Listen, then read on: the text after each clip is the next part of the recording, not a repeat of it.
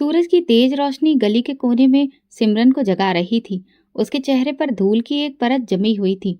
बाल उलझे थे और कपड़े गंदे थे, कई जगह से फटे हुए। वो एक पुरानी चादर में लिपटी हुई गली के नाले के किनारे बैठी थी, जैसे सारी दुनिया से कट गई हो। अचानक एक बच्चा भागता हुआ उसके पास से गुजरा। उसके हाथ में नया खिलौना था, शायद उसके पिता ने खरीदा था। वो हंसता हुआ अपनी माँ के पास जाने लगा। सिमरन के दिल की धड़कन जैसे रुक गई। उसने एक झटके से बच्चे को पकड़ लिया, जैसे कि कोई कीमती खजाना हाथ आ गया हो। लक्ष्मण, तुम आ गए। वो दीवानों की तरह उसके चेहरे को चूमने लगी। बच्चा डर के मारे चिल्लाने लगा, मम्मी मम्मी। उसकी चीख सुनकर आसपास की औरतें दरवाजों से बाहर निकल आई। एक औरत दौड़ती हुई आई और जोर से सिमरन को धक्का दिया। हाथ मत लगा मेरे बेटे को, पागल औरत। सिमरन जमीन पर गिर गई, मगर उसकी पकड़ बच्चे पर ढीली नहीं पड़ी। वो बार बार कह रही थी, ये मेरा लक्ष्मण है, तुम सब झूठ बोलते हो, मेरा बच्चा जिंदा है। तभी एक और औरत ने सिमरन को झंझोड़ कर कहा, तुझे शर्म नहीं आती, दूसरों के बच्चों को पकड़ती है। मोहल्ले के मर्द दरवाजों से झांकने लगे। बच्चों का शोर मचाने का सिलसिला चल पड़ा। पागल आ गई, पागल आ गई। सिमरन चुपचाप जमीन पर बैठी रही। उसकी आंखों से आंसू बहने लगे। मैं पागल नहीं हूँ, मेरा बच्चा है। वो आएगा। ये पहली बार नहीं हो रहा था। हर रोज कोई ना कोई हादसा पेश आता और हर रोज सिमरन को जलील किया जाता, लेकिन वो फिर भी बाज नहीं आती। कभी गली के बच्चों को देखकर उनके पीछे दौड़ती, कभी किसी दुकान पर खड़े बच्चे को गोद में उठा लेती, कभी स्कूल से छुट्टी करके आने वाले बच्चों की भीड़ में किसी का चेहरा देखकर ठिठक जाती। उसे हर चेहरा लक्ष्मण का लगता था। लक्ष्मण, उसका इकलौता बेटा। उसकी जिंदगी का भयंकर हादसा उस दिन से शुरू हुआ था जब 5 साल पहले दिवाली की एक शाम वो बाजार गई थी। हाथ में लक्ष्मण की पसंद की मिठाइयां थीं, साथ में नए कपड़े और खिलौने। लक्ष्मण उसके पीछे था। एक लम्हे को उसने पीछे मुड़कर देखा तो लक्ष्मण था, लेकिन अगले ही पल वो गायब हो गया।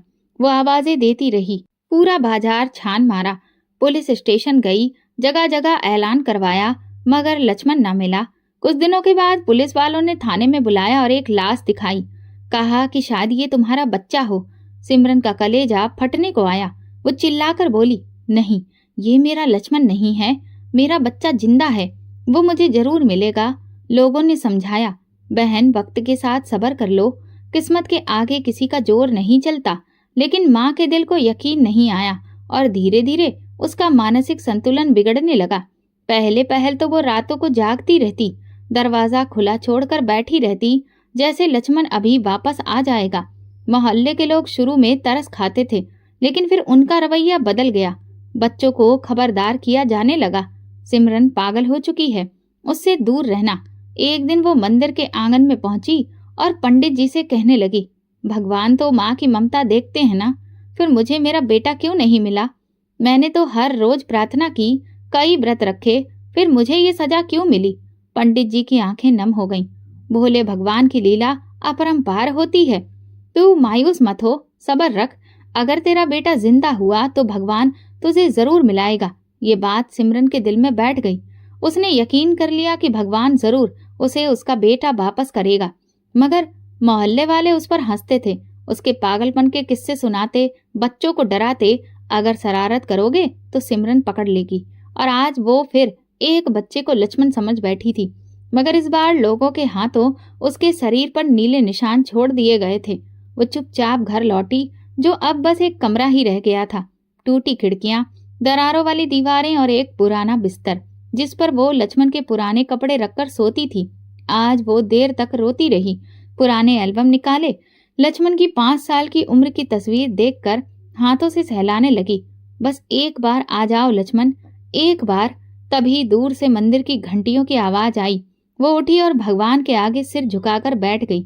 हे भगवान, मैं सबके सामने पागल हूँ, मगर तुम तो जानते हो ना कि मैं पागल नहीं हूँ। मैं एक माँ हूँ, सिर्फ माँ। और आंसुओं के साथ उसकी दुआ फिर से एक उम्मीद में ढल गई, एक वादे में जो सिर्फ एक माँ अपने भगवान से करती है, जिसकी दर्द की इंतहा को सिर्फ भगवान जानता है। सिमरन के लिए सारी दुनिया बिल्कुल खामोश बन चुकी थी। हर चेहरा उसके लिए गैर था और हर दिल में नफरत। लेकिन वो फिर भी रोज गलियों में निकलती, किसी चेहरे, किसी हंसी, किसी आवाज में अपने लक्ष्मण को ढूंढती। एक रोज जब वो कूड़े के ढेर के पास पहुंची तो उसके पांव अचानक से रुक गए। एक छोटा सा सफेद रंग का बिल्ली का बच्चा मरा हुआ पड़ा था। सिमरन तेजी से आगे बढ़ी, जमीन पर बैठकर उसे गोद में ले लिया। लक्ष्मण, उसने काफी दर्द भरी आवाज में कहा, तुम यहाँ थे, मुझे पता था तुम मुझे इस तरह से अकेला छोड़कर नहीं जाओगे। उसने बिल्ली के बच्चे के सिर पर प्यार किया और जोर जोर से रोने लगी। देखो, माँ ने तुम्हें ढूंढ लिया, अब हम अकेले नहीं रहेंगे। मोहल्ले की एक लड़की छत से ये सारा नजारा देख रही थी। वो तुरंत नीचे भागी और बाकी लोगों को जानकारी दी। सिमरन ने कचरे से कोई जानवर उठा लिया है और उसे लक्ष्मण कह रही है। सिमरन ने मरी हुई बिल्ली को चादर में लपेटकर गोद में लिया और धीरे धीरे अपने कमरे की तरफ रवाना हो गई। रास्ते में लोगों की नजरें उस पर जमी हुई थीं। कुछ लोग हंस रहे थे, कुछ आंखों के किनारे से देख रहे थे, मगर वो किसी को देखे बिना अपने टूटे फूटे दरवाजे के पीछे गायब हो गई। घर पहुंचकर उसने बिल्ली को एक पुराने कपड़े से साफ किया, एक टूटी बाल्टी में पानी भरकर उसे नहलाया और अपनी बिस्तर की चादर बिछाकर उस पर लिटा दिया। लक्ष्मण, तुम थक गए हो ना? आराम करो बेटा, मैं तुम्हारे लिए खाना लाती हूँ। वो कभी बिल्ली को पंखा झलती, कभी उसके सिर पर हाथ फेरती और कभी धीरे धीरे लोरी गाती, जैसे बरसों बाद माँ की ममता को कोई सहारा मिला हो। 2 दिन गुजरे। सिमरन ने घर से बाहर कदम नहीं रखा। मोहल्ले वालों को कुछ अजीब सा महसूस होने लगा और फिर तीसरे दिन बदबू ने पूरे मोहल्ले को अपने लपेटे में ले लिया। सिमरन के कमरे से एक अजीब सी महक उठ रही थी। दरवाजे बंद थे, खिड़कियों से झांकती हुई कपड़ों की सिलवटें दिख रही थी। चौथे दिन सुबह मोहल्ले की कुछ औरतें और 2-3 मर्द जमा हुए। किसी ने कहा, कहीं इस औरत ने कुछ गलत तो नहीं कर लिया है। उन्होंने दरवाजा खटखटाया, कोई जवाब नहीं आया। फिर जोर से दरवाजा पीटा गया। सिमरन, दरवाजा खोलो।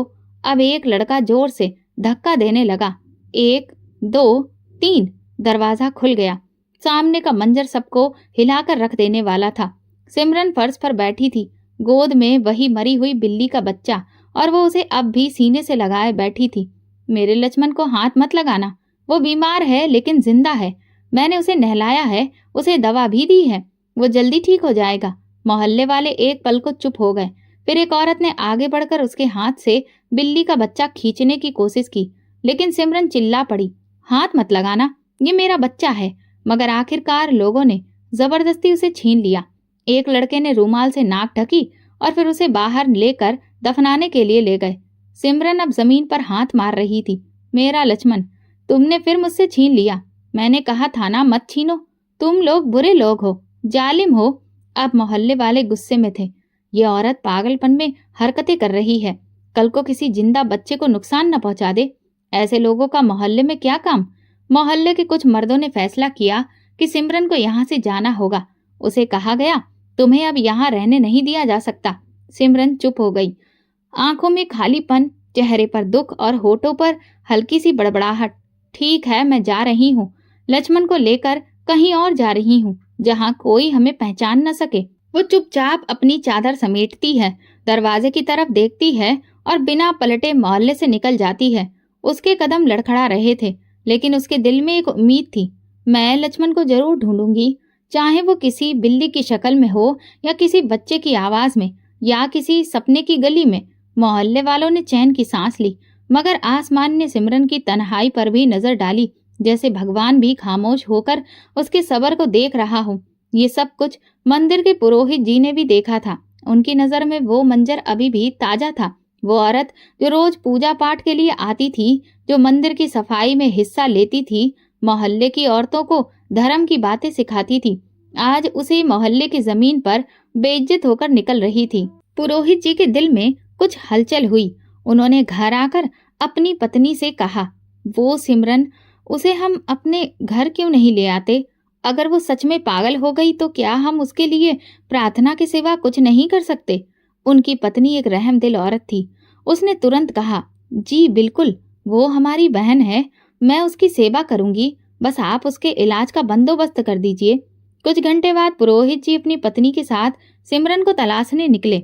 मोहल्ले से कुछ ही दूरी पर एक पुराने पीपल के पेड़ के नीचे वो चुपचाप बैठी थी, आंखें किसी गहरी सोच में डूबी थी। चेहरे पर थकान और मायूसी का साया और लबों पर हल्की बड़बड़ाहट। लक्ष्मण, आ जाओ बेटा, माँ को बहुत याद आती है। पुरोहित जी उसके करीब गए, धीरे से उसके कंधे पर हाथ रखा। सिमरन बहन, चलो हमारे साथ, हमारे घर चलो। सिमरन ने नजर उठाई, एक पल को किसी पहचानने की कोशिश की, फिर धीरे से सिर हिलाया, जैसे उसकी थकी हुई आत्मा को कुछ सुकून मिल गया हो। पंडित जी की पत्नी ने उसे नहलाया, साफ कपड़े पहनाए, सिर में तेल लगाकर बालों की चोटी बनाई। सिमरन किसी बच्चे की तरह चुपचाप सब सहती रही। उसके चेहरे पर कोई जिद नहीं थी, ना कोई सवाल, बस एक थकान और एक सुकून। कुछ दिन गुजरे। पुरोहित जी ने एक अच्छे डॉक्टर से उसका इलाज शुरू करवाया। दवा के साथ साथ दुआ का भी सिलसिला जारी रहा। शुरू शुरू में सिमरन अक्सर उलझी उलझी सी बातें करती थी, दीवारों से बातें करती, छोटे छोटे बच्चों को देखकर रोने लगती। लेकिन कुछ हफ्तों के बाद उसके लहजे में नरमी आने लगी। वो कभी कभी खामोश बैठने लगी और कभी पंडित जी की पत्नी के साथ खाना पकाने में मदद करने लगी। फिर एक दिन सुबह उठकर वो खुद से पूजा पाठ करने बैठ गई, लेकिन फिर अचानक से बोली, भगवान, मेरे बच्चे को मुझसे अलग क्यों किया? सालों बीत गए, कोई कहता है वो मर चुका है, कोई कहता है कि उसे भूल जाओ, मगर तुम तो सब जानते हो ना, तुम्हारे पास तो ढेर सारी अर्जियां आती होंगी। मेरी भी अर्जी कबूल कर लो, मेरे लक्ष्मण को मुझे लौटा दो। उम्मीद की वो किरण जो बरसों से बुझ चुकी थी फिर से जलने लगी। अगले दिन से सिमरन का रवैया और भी बेहतर हो गया। वो अब कायदे से पूजा पाठ करने लगी और हर प्रार्थना के आखिर में कहती, भगवान, मेरा लक्ष्मण, बस एक बार, सिर्फ एक बार मुझे उसे दिखा दो। लेकिन ऐसा कहते कहते वो कभी कभी फिर से कहीं खो जाती। एक दिन वो आंगन में बैठी थी कि मोहल्ले के किसी बच्चे की हंसी सुनाई दी। वो बाहर भागी। लक्ष्मण, तभी बच्चे डरकर पीछे भागे। पंडित जी की पत्नी ने उसे वापस अंदर ले आई और समझाया, सिमरन, वो लक्ष्मण नहीं है। भगवान तुम्हारे लक्ष्मण को तुम्हें जरूर लौटाएगा, लेकिन तब तक तुम्हें सब्र रखना होगा।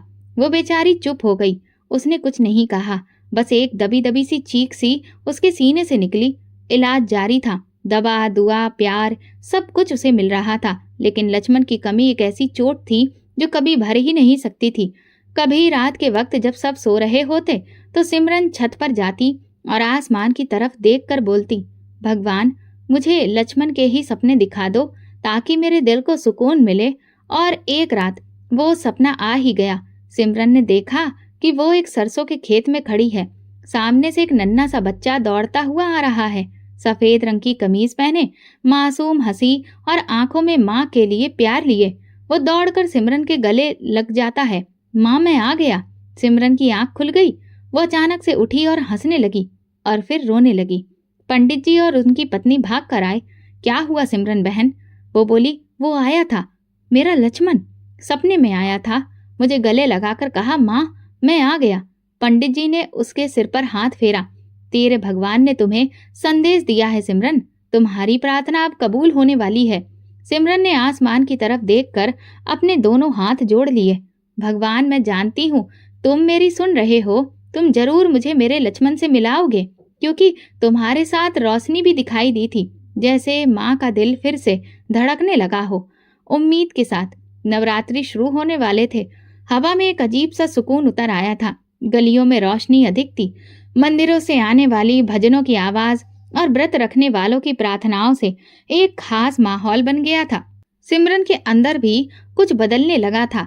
वो भी व्रत रखती और माता रानी की पूजा करती। उस वक्त वो आंसू बहाकर उनसे प्रार्थना करती। मंदिरों में औरतों की लंबी कतारें लगी थी। सिमरन भी पंडित जी की पत्नी के साथ शामिल थी। पंडित जी ने सभी से कहा, जो भी सच्चे दिल से माँ को याद करेगा, उनकी पूजा करेगा, उसकी प्रार्थनाएं कभी खाली नहीं जाएंगी। जो भी वैष्णो देवी जाएगा, माँ उसकी झोली खुशियों से भर देगी। ये बात सीधे सिमरन के दिल में उतर गई, जैसे उसके मन में बिजली सी गूंज गई हो। उसकी पलकें झपकने लगीं, दिल की धड़कनें तेज हो गईं, जैसे किसी ने अंदर से सोई हुई उम्मीद को जगा दिया हो। आरती के बाद जब सब औरतें प्रार्थना कर रही थी, सिमरन का चेहरा लाल हो गया। उसने हाथ जोड़ लिए और अचानक बोल पड़ी, हे माँ, मुझे भी अपने घर बुलाओ ताकि मैं तुमसे अपने बेटे को मांग सकूं। मेरा दिल सालों से टूटा है और अब मैं तुम्हारे दरवाजे पर आकर उसे मांगना चाहती हूँ और कम से कम 500 कन्याओं को भोजन कराना चाहती हूँ। उस दिन के बाद सिमरन पूरी तरह से बदल गई। वो रोज मंदिर जाती, हर आरती के बाद माता रानी से प्रार्थना करती और दिन रात उन्हें पुकारती। पंडित जी की पत्नी ने एक दिन पूछा, सिमरन क्या तुम वाकई वैष्णो देवी जाना चाहती हो? क्योंकि हम बहुत गरीब लोग हैं और इतनी दूर जाना, फिर तुमने जो संकल्प लिया है कि तुम 500 कन्याओं को भोजन कराओगी, इस सब के लिए ढेर सारे पैसों की जरूरत है। ये सब कुछ बहुत मुश्किल है। सिमरन ने बेझिझक होकर जवाब दिया, माँ के घर जाने के लिए मैं सब कुछ लुटा दूंगी। अगर मुझे अपने लक्ष्मण का पता माता के दरबार में ही जाकर मिलेगा तो फिर मैं वहां जरूर जाऊंगी और अपने संकल्प को भी पूरा करूंगी। अगले दिन उसने मोहल्ले में इस बात की घोषणा कर दी। कुछ औरतें जमा हो गई थीं, वहां कुछ बच्चियां भी उसकी बात सुन रही थी। सिमरन ने धीरे मगर मजबूत लहजे में कहा, मैं वैष्णो देवी की यात्रा पर जा रही हूँ। मोहल्ले में जैसे हलचल मच गई। एक औरत ने कहा, ये पागल औरत अब माता के दरबार में जाएगी। दूसरी ने हंसते हुए कहा, अरे ये तो अपने मुर्दा बच्चे को मांगने जा रही है, जिसे खुद भगवान भी परेशान हो गया है। फिर किसी ने चुपके से कहा, हो सकता है वहां जाकर भी किसी बिल्ली को लक्ष्मण समझ ले। लेकिन सिमरन ने एक पल के लिए भी पलट कर नहीं देखा और ना ही किसी की बात का बुरा माना। उसके होठों पर बस यही था, मैं अपनी माँ से लक्ष्मण को मांगने जा रही हूँ, वो मुझे जरूर देगी। फिर उसने वो फैसला किया जो आम औरत के लिए शायद नामुमकिन होता है, मगर एक माँ के लिए ये इनाम का इम्तिहान था। उसने अपने उसी पुराने खस्ता हाल घर को बेचने की घोषणा कर दी। वही घर जिसमें लक्ष्मण की शरारतों की आवाजें गूंजा करती थीं, जहां उसके छोटे छोटे कदमों की छाप थी, जो उसे घर की दीवारों में अभी भी महसूस होती थी। हर कमरा, हर दीवार, हर दरवाजा उसकी यादों का गवाह था। मगर सिमरन ने उन यादों को कुर्बान करने का फैसला कर लिया, माँ की चौखट पर सर झुकाने के लिए। घर के कागजात एक प्रॉपर्टी एजेंट को दे दिए। कुछ ही दिनों में घर खरीद की डील हो गई। कीमत ज्यादा नहीं मिली, लेकिन वैष्णो देवी जाने और वहां कन्याओं को भोजन कराने के लिए शायद इतना काफी था। पंडित जी ने टिकट का इंतजाम कर दिया। जैसे जैसे जाने की तारीख करीब आती गई, सिमरन की प्रार्थना में और शिद्दत बढ़ती गई। वो रातों को जाग कर बैठती, रोती रहती और अक्सर आसमान की तरफ देखती और कहती, लक्ष्मण मैं आ रही हूँ तुम्हें लेने। तुम बस अपनी माँ से ज्यादा दूर नहीं हो, सिर्फ मुझे माता की चौखट तक जाना है।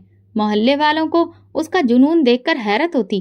कुछ लोगों ने दिल में रहम भी महसूस किया, लेकिन ज्यादातर अब भी उसे पागल समझते थे। जब सिमरन ने सफर की तैयारी पूरी कर ली और जिस दिन वो निकलने वाली थी, उसने मंदिर में जाकर भगवान का आशीर्वाद लिया। कई सारी औरतें उसे तंज भरी मुस्कुराहट से देखने लगी। अच्छा सिमरन, माँ तुम्हें तुम्हारा लक्ष्मण दे, वापसी पर हमें भी दिखा देना। सिमरन ने उनके शब्द सुने। दिल में तकलीफ हुई मगर जुबान पर सुकून रहा। उसने बस इतना कहा, माता रानी का दर सबसे बड़ा है, वो किसी को खाली हाथ नहीं लौटाती। अगर मैं रोकर मांगूंगी तो वो मुझे जरूर देंगी। और इस तरह एक माँ अपने जख्म, अपनी प्रार्थना और अपने यकीन को लेकर वैष्णो देवी की यात्रा पर निकल गई। उसका चेहरा सुकून से भरा था, दिल में उम्मीद की रोशनी थी और होठों पर चुपचाप सी एक प्रार्थना, मेरे लक्ष्मण को मुझे लौटा दो माँ।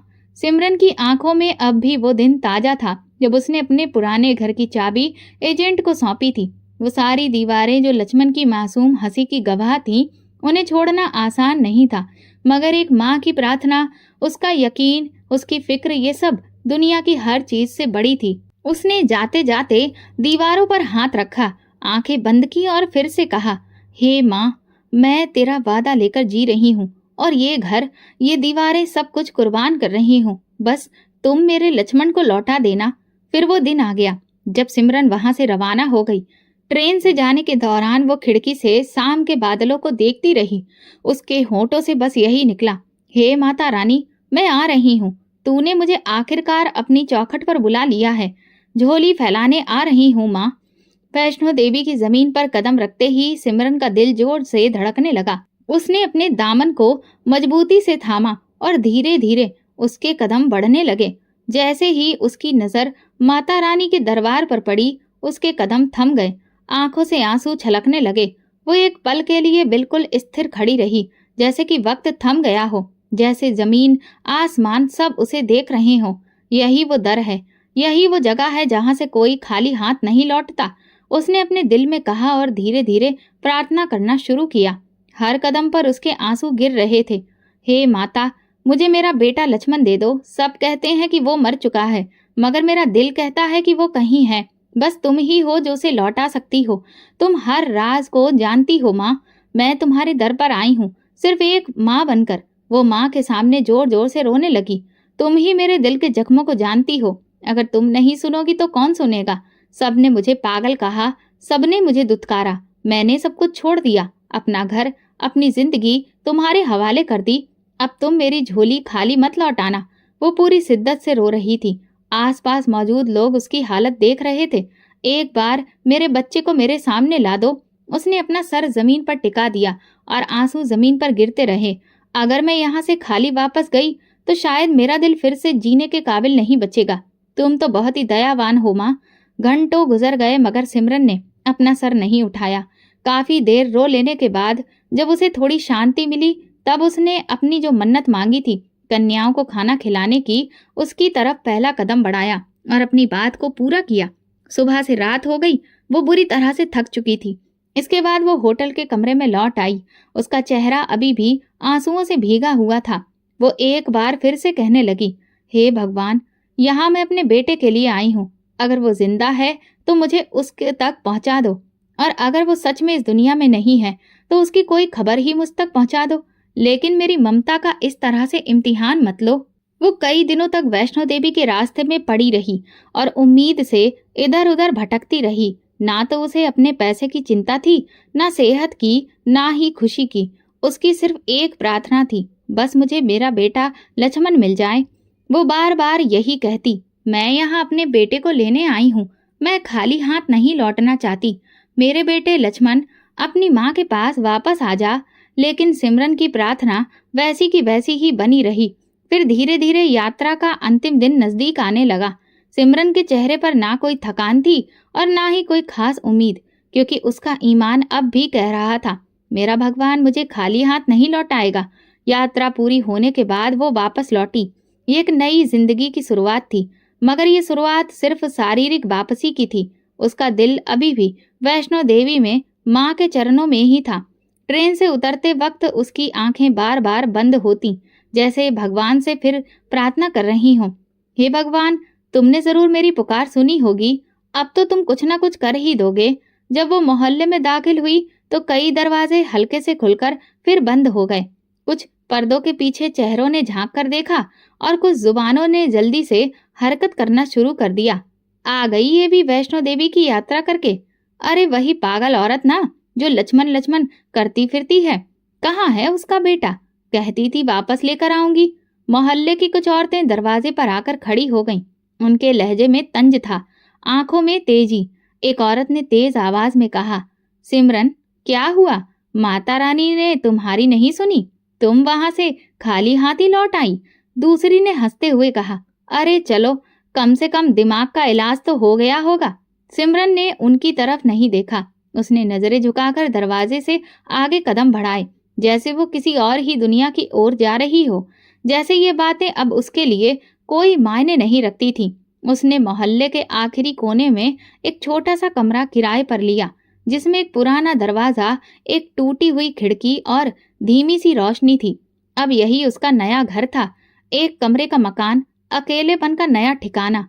सिमरन ने चुपचाप फर्श पर एक चटाई बिछाई, 2 जोड़ी कपड़े कोने में रखे और अपने साथ लाई हुई कुछ धार्मिक किताबें वहीं रख दी। दिन का ज्यादातर वक्त वो पूजा पाठ में ही बिताने लगी।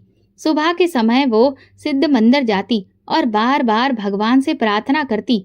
ना तो उसका कोई खाने पीने का ठिकाना था, ना ओढ़ने पहनने का सलीका। कभी एक रोटी, कभी चाय का एक कप, लेकिन उसे कोई शिकायत नहीं थी। मोहल्ले की औरतें अब भी बातें करती, ये उम्र भर ऐसी ही रहेगी, इसका कोई इलाज नहीं है। शायद अब तो ये मान ले कि लक्ष्मण वापस नहीं आएगा। मगर सिमरन के कान उन आवाजों से बंद हो चुके थे। उसके दिल में अब भी उम्मीद थी। कभी कभी वो सपने में लक्ष्मण को देखती, जो खूब हंसता खेलता। मन में आता वो आ रहा है, और फिर आंख खुलते ही वो फिर से प्रार्थना करने लगती, भगवान, मेरे सपने को सच्चाई बना दो, सिर्फ एक बार के लिए ही सही।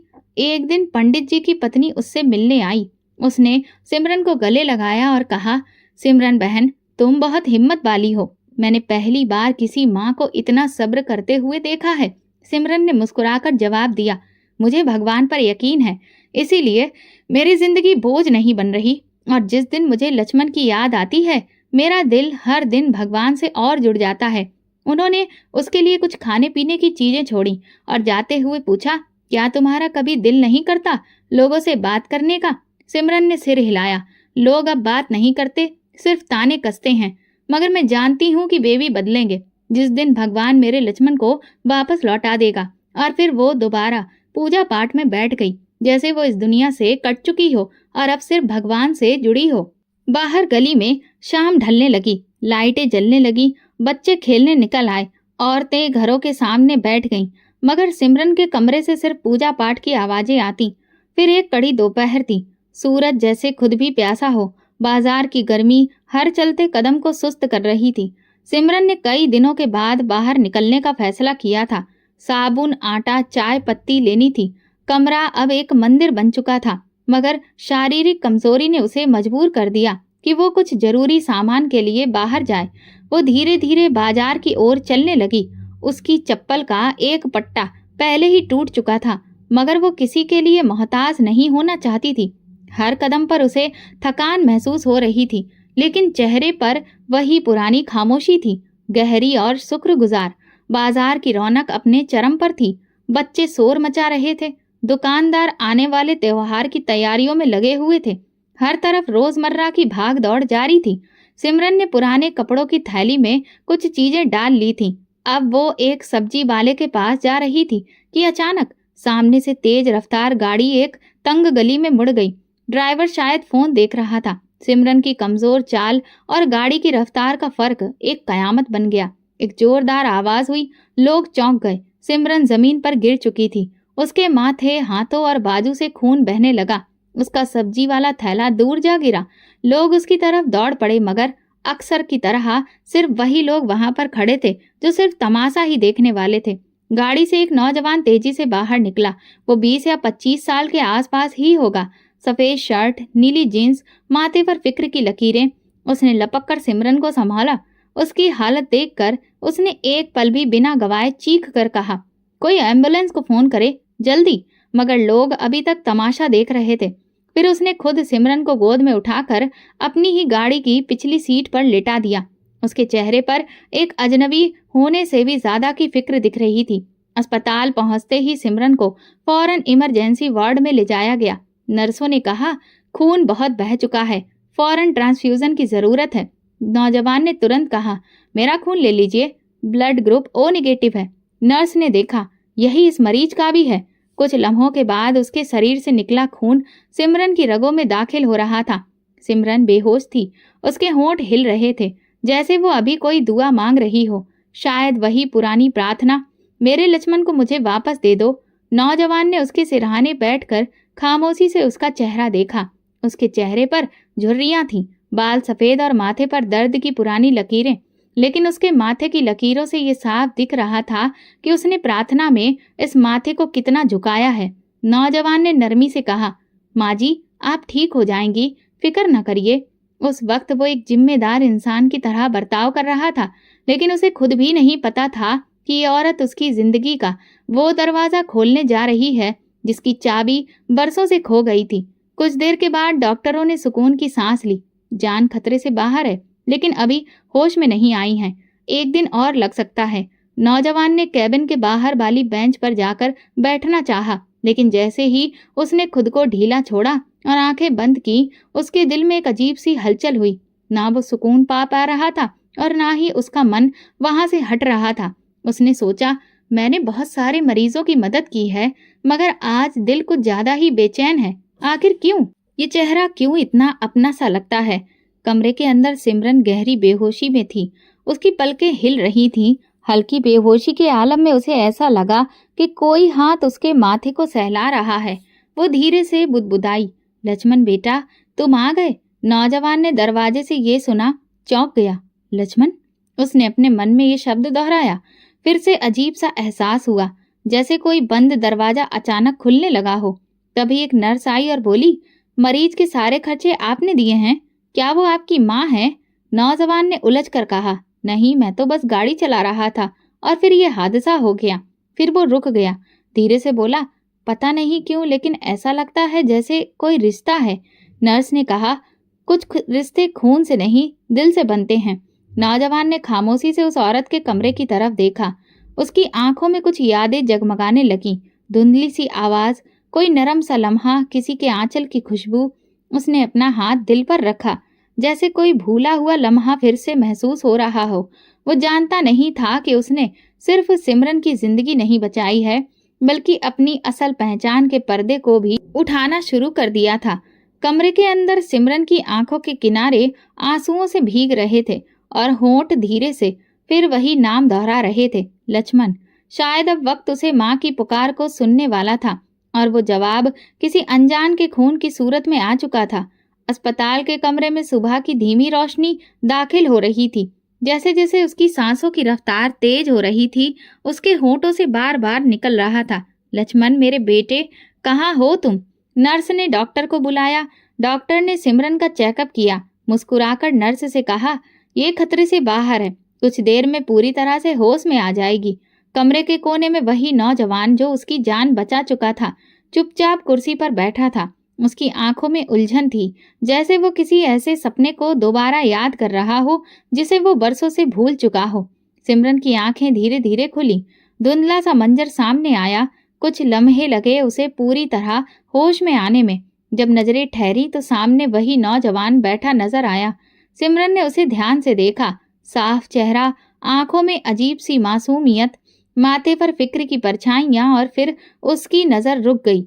नौजवान के होठों के नीचे एक मोटा सा तिल था, बिल्कुल वैसा ही तिल जैसे लक्ष्मण के चेहरे पर था। वही तिल जिसे सिमरन रोज चूमती थी, जिसे वो मेरे चांद से बेटे का निशान कहती थी, जिसके बारे में वो हमेशा कहती थी, मेरा लक्ष्मण सबसे अलग है क्योंकि उसका ये निशान अलग है। सिमरन एकदम हड़बड़ाकर उठ बैठी। नौजवान चौंक पड़ा। माँ जी आराम करिए, आप अभी कमजोर हैं। लेकिन सिमरन ने उसकी बात नहीं सुनी। उसने आगे बढ़कर उसका चेहरा अपने दोनों हाथों में ले लिया, जैसे बरसों की प्यास कोई एक लम्हे में मिटा देना चाहती हो। फिर उसने कांपती आवाज में कहा, तुम ही हो ना मेरे लक्ष्मण, तुम ही हो मेरे बच्चे। ये दिल, ये वही तिल है ना? उसके आंसू बहने लगे, होंठ कांप रहे थे, जैसे बरसों की खामोशी एक पल में पिघल गई हो। वो नौजवान जैसे सकते में आ गया। उसके दिल में एक पल को घबराहट महसूस हुई और फिर एक भूली बिसरी सी आवाज सुनाई दी। लेकिन अगले ही पल उसने खुद को संभाला। अरे नहीं, आप गलतफहमी का शिकार हो गई हैं। मैं लक्ष्मण नहीं हूँ। सिमरन ने उसकी बाह पकड़ ली। नहीं बेटा, झूठ मत बोलो, तुम ही हो। मैंने तुम्हें पैदा किया है, मैं तुम्हें पहचानती हूँ। ये निशान, तुम्हारी आंखें, तुम्हारे माथे की ये लकीरें, मैं माँ हूँ। माँ कभी गलत नहीं हो सकती। नौजवान ने खुद को उसकी गिरफ्त से निकाला। उसका दिल धड़कने लगा, जैसे कुछ पुराना याद आ रहा हो, मगर वो उस याद को कुचल देना चाहता था, जैसे डर रहा हो। मुझे जाना है, माफ कीजिए। और वो तेजी से कमरे से निकल गया। दरवाजे पर एक पल को रुका, पलट कर देखा। सिमरन अपने बिस्तर पर बैठी लगातार रो रही थी, हाथ जोड़ रही थी। लक्ष्मण मत जाओ, मैंने तुम्हें बहुत दुआओं में मांगा है। मगर वो नौजवान तेजी से वार्ड से बाहर निकल गया। रिसेप्शन पर जाकर उसने चुपचाप बिल अदा किया और कुछ कहे बिना गाड़ी में बैठकर अस्पताल से निकल गया। अस्पताल के लोगों ने पूछा कि वो मरीज का रिश्तेदार था। नर्स ने कहा नहीं, बस कोई राहगीर था जिसने उसकी जान बचाई थी, खून दिया था, सब कुछ किया और अब चला गया। सिमरन अभी अपने बिस्तर पर बैठी थी। उसकी आंखों से आंसू रुकने का नाम नहीं ले रहे थे। हाथ दिल पर रखकर बार बार एक ही बात दोहरा रही थी, वही था मेरा लक्ष्मण। ये माँ कभी गलत नहीं हो सकती। नर्स अंदर आई, पानी का गिलास थमाया और दबा दी। मगर सिमरन की हालत ऐसी हो चुकी थी जैसे उसका दिल किसी नए सिरे से टूट गया हो। क्या वो मुझे पहचान ही नहीं पाया? क्या वो जानबूझकर अनजान बन गया? क्या वो मेरी गोद से इतना दूर हो गया कि माँ की आवाज भी उसे रोक नहीं सकी? सिमरन की आंखों के सामने उसका चेहरा बार बार आ रहा था। वही मासूम मुस्कुराहट, वही शरारती आंखें और वही तिल। नहीं, वो मेरा ही लक्ष्मण है। मैं अपनी आत्मा की गहराइयों से उसे जानती हूँ। माता रानी ने मेरी प्रार्थना सुन ली है। बस ये पल परीक्षा का है। वो जान गई थी कि भगवान ने उसकी झोली खाली नहीं लौटाई, लेकिन उसे कहानी का अगला हिस्सा अभी बाकी था। दूसरी तरफ गाड़ी में बैठा वो नौजवान सारे रास्ते चुप था, लेकिन उसके दिल में तूफान उठा था। कौन थी वो औरत? उसकी बातों में अजीब सा सुकून क्यों था? उसकी बातें मेरे दिल को क्यों छू गईं? ये तिल, ये निशान क्या वाकई मेरी पहचान है?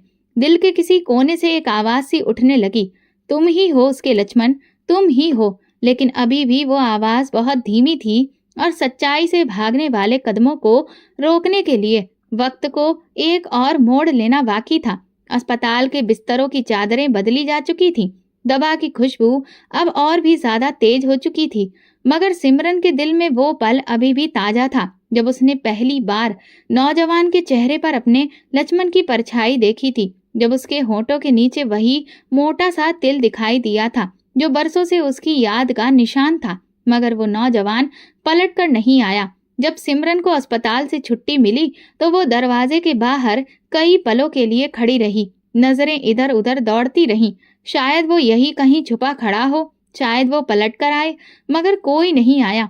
वो एक बार फिर अकेली थी। वो वापसी के रास्ते पर कदम रख चुकी थी, मगर हर कदम उसके दिल को और ज्यादा बोझिल कर रहा था। दूसरी तरफ नौजवान जिसका दिल अब बेचैन था, जिसने खुद को अनजान दिखाया था मगर अंदर से टूट चुका था। जब वो घर पहुंचा तो काफी देर तक खुद को आईने में देखता रहा। उसने अपने चेहरे को छुआ, होठों के नीचे के तिल पर उंगली रखी जैसे वो पहचान की कोई निशानी बन गया हो।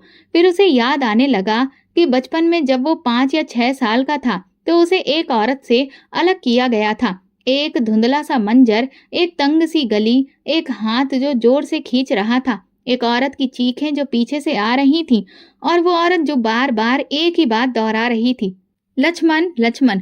उसने सिर को झटक दिया जैसे वो यादें भगा देना चाहता हो, मगर वे यादें अब धुंधली नहीं रही थीं, वे साफ हो रही थीं। उसे याद आया कि बचपन में उसे एक नए घर में ले जाया गया था। वहां एक मर्द और औरत ने उसे बेटा कहकर गोद में बैठाया था।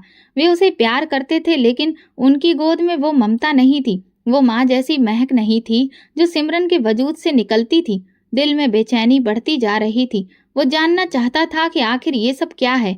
उसने अपने बचपन की फाइलें निकाली, पुराने कागजात, डॉक्यूमेंट्स, सब कुछ जो उसे गोद लिए जाने की कहानी के बारे में बताया गया था।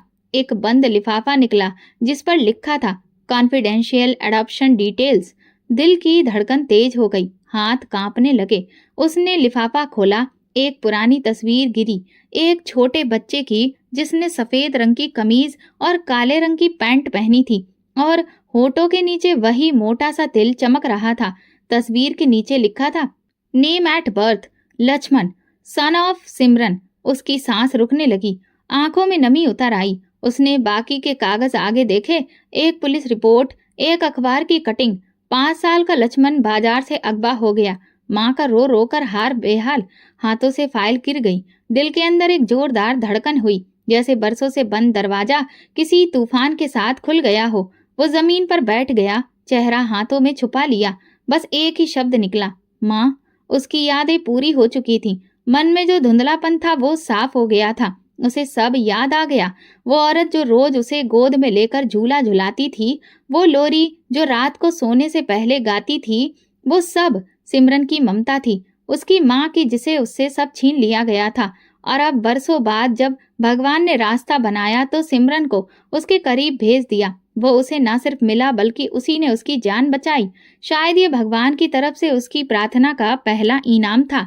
नौजवान ने विदेशी गाड़ी निकाली और उसके मन में एक ही ख्याल था, मुझे वापस जाना है माँ के पास, जिन्हें मैं अब तक अनजान समझता था। वही मेरी अपनी माँ है। रास्ते में गाड़ी तेज चल रही थी। दिल में बेचैनी थी, आंखों में नमी और एक इरादा, अब मैं उन्हें कभी अकेला नहीं छोड़ूंगा। और दूसरी तरफ सिमरन कमरे में बैठकर रो रही थी। उसके सामने वही तस्वीर बार बार आ रही थी, वो हंसता हुआ चेहरा, वो तिल, वो आवाज जो बरसों से उसकी दुआओं में गूंज रही थी। वही मेरा लक्ष्मण था। हे भगवान, तुमने मुझे उसके पास भेज तो दिया, लेकिन फिर तुमने उसे मुझसे छीन क्यों लिया? मगर उसे क्या खबर थी कि भगवान ने सिर्फ एक इम्तिहान लिया था और अब वो वक्त अब पास ही था। उसी पल सिमरन की बरसों की पुकार को उसका जवाब मिलने वाला था। बहुत जल्द माँ और बेटा फिर से एक होने वाले थे। पूरे शहर में वो नौजवान एक कामयाब इंसान के तौर पर जाना जाता था। अपनी लगन और मेहनत से वो एक बड़ी सी कंपनी का डायरेक्टर बन चुका था। आलीशान बंगला, महंगी गाड़ियां, दुनिया की हर ऐशो आराम की चीज उसके कदमों में थी, लेकिन अंदर कहीं एक खालीपन, एक अधूरापन उसे हर खुशी में अकेला कर देता था। उसकी मुस्कुराहट में दुख की धार छिपी थी। सजे सवरे ऑफिस में बैठकर भी वो अक्सर खिड़की से बाहर ताकता रहता, जैसे किसी अनदेखी कमी की तलाश कर रहा हो। और फिर वो दिन आया जब सच्चाई उसके सामने खुली। जिस औरत को वो एक दीवानी, बेसहारा, पागल समझ रहा था, असल में वही उसकी माँ थी। वही सिमरन जो बरसों से उसे अपने भगवान से मांग रही थी। उसके अंदर की दुनिया हिल गई। कुछ घंटे खुद को संभालने में लगे, कुछ पल इस सच्चाई को स्वीकारने में लगे कि उसे माँ से अलग कर दिया गया था। लेकिन अब वो देर नहीं करना चाहता था। उसी दिन शहर में एक अजीब नजारा देखा गया। एक चमचमाती महंगी कार मोहल्ले की तंग और धूल भरी गली में दाखिल हुई। लोग खिड़कियों से झांकने लगे, बच्चे चौपाल पर जमा हो गए। हर कोई एक दूसरे से पूछ रहा था, इतनी महंगी गाड़ी यहाँ क्यों आई है? कौन है ये इंसान? गाड़ी रुकी, दरवाजा खुला, एक मजबूत चेहरे वाला नौजवान बाहर निकला। उसके चेहरे पर एक अजीब सा सुकून था और आंखों में नमी। लोग अभी भी समझ नहीं पा रहे थे कि क्या होने जा रहा है। वो नौजवान बहुत तेज कदमों से उस छोटे से कमरे की ओर बढ़ा, जिसकी दीवारें बरसों से सिर्फ प्रार्थनाएं ही सुनने की गवाह थी। सिमरन उस वक्त पूजा पाठ करने बैठी थी। तभी दरवाजा बजा। सिमरन ने चौंक कर उठाया, जैसे दिल ने धड़कर कर खबर दी, ये वही है। दरवाजा खुला, आंखों के सामने वही चेहरा, वही तिल, वही वजूद जिसके लिए उसने बरसों आसमान के सामने हाथ उठाए थे। लक्ष्मण ने आगे बढ़कर माँ को गले लगा लिया, मन में बस एक ही बात, मैं आ गया हूँ माँ, मैं लक्ष्मण हूँ, आपका बेटा। वो पल, वो मंजर, जैसे वक्त रुक गया हो, जैसे जमीन थम गई हो, जैसे आसमान झुक गया हो। उसे माँ की प्रार्थनाओं का फल मिल गया था। मोहल्ले वाले तो हैरान रह गए। जिस औरत को वे पागल समझते थे, उसी की गोद में आज एक कामयाब नौजवान बेटा लिपटा हुआ था। सिमरन की चीख निकल गई, हे भगवान, मेरा लक्ष्मण, बाकी ये मेरा लक्ष्मण। बस वो उसके चेहरे को बार बार चूमती, हाथों को अपने गालों से लगाती, उसके माथे को चूमती, रो रो कर बार बार गले लगाती रहती। तू सच में आ गया? भगवान ने सच में मेरी प्रार्थना सुन ली?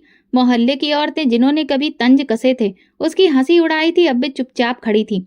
बच्चे भी अपनी माँ को गले लगा चुके थे। बेटे को देखकर वे लोग अपनी उंगलियां दांतों में दबा चुके थे। और सिमरन, उसकी जुबान पर अब कोई शिकायत नहीं थी। वो एकदम से खड़ी हुई और फिर से भगवान के आगे झुक गई। हे माता रानी, तुमने मेरी झोली भर दी, तुमने मुझे मायूस नहीं किया। सारा मोहल्ला इस मंजर का गवाह बन गया। जिस औरत को वे पागल समझते थे, आज वही सबसे सच्ची, सबसे बड़ी माँ साबित हुई। पंडित जी की पत्नी खामोशी से सिमरन के पास आई, उसके पास आंसू पोंछे और कहा, माता रानी ने तुम्हारे सब्र का फल दिया है बहन, हम सब गवाह हैं तुम्हारे भगवान की कुदरत के। लक्ष्मण ने सिमरन का हाथ थामा और कहा, माँ, अब आपको मैं कभी अकेला नहीं छोड़ूंगा। मेरे हर लम्हे में आप होगी, मेरी हर खुशी आपके कदमों में होगी। सिमरन ने उसके हाथ को सीने से लगाया और आसमान की तरफ देखा। हे भगवान, तुम बहुत बड़े दिल वाले हो, तुमने अपना वादा पूरा किया, तुम सच में दिलों की सुनने वाले हो। मैं इस बात की गवाह हूँ कि तुम कभी प्रार्थनाओं को खाली नहीं जाने देते। फिर धीरे धीरे मोहल्ले वाले आगे बढ़े। कुछ ने हाथ जोड़े, कुछ ने आंखें पोंछी और सबने दिल से कहा, वाकई भगवान की कुदरत सबसे बड़ी है। वो दिन न सिर्फ सिमरन की जिंदगी का सबसे बड़ा दिन था, बल्कि पूरे मोहल्ले के लिए एक मिसाल बन गया था। भगवान की राहें कभी बंद नहीं होती, माँ की दुआ कभी खाली नहीं जाती। और लक्ष्मण, जो एक कामयाब इंसान था, आज पूरा हो गया था माँ की गोद में बैठकर। और इस तरह ये कहानी पूरी हुई, जहाँ भगवान ने एक माँ की प्रार्थनाओं की लाज रखी और उसकी झोली भर दी। तो दोस्तों, अगर आपको हमारी कहानी पसंद आई हो तो प्लीज़ कमेंट करके ज़रूर बताइएगा और इस वीडियो को ज़्यादा से ज़्यादा शेयर करिए और लाइक भी करिए। अगर आप चैनल पर नए हैं तो सब्सक्राइब जरूर करें और नोटिफिकेशन बेल दबाएं ताकि अगली अपडेट सबसे पहले आपको मिले। धन्यवाद।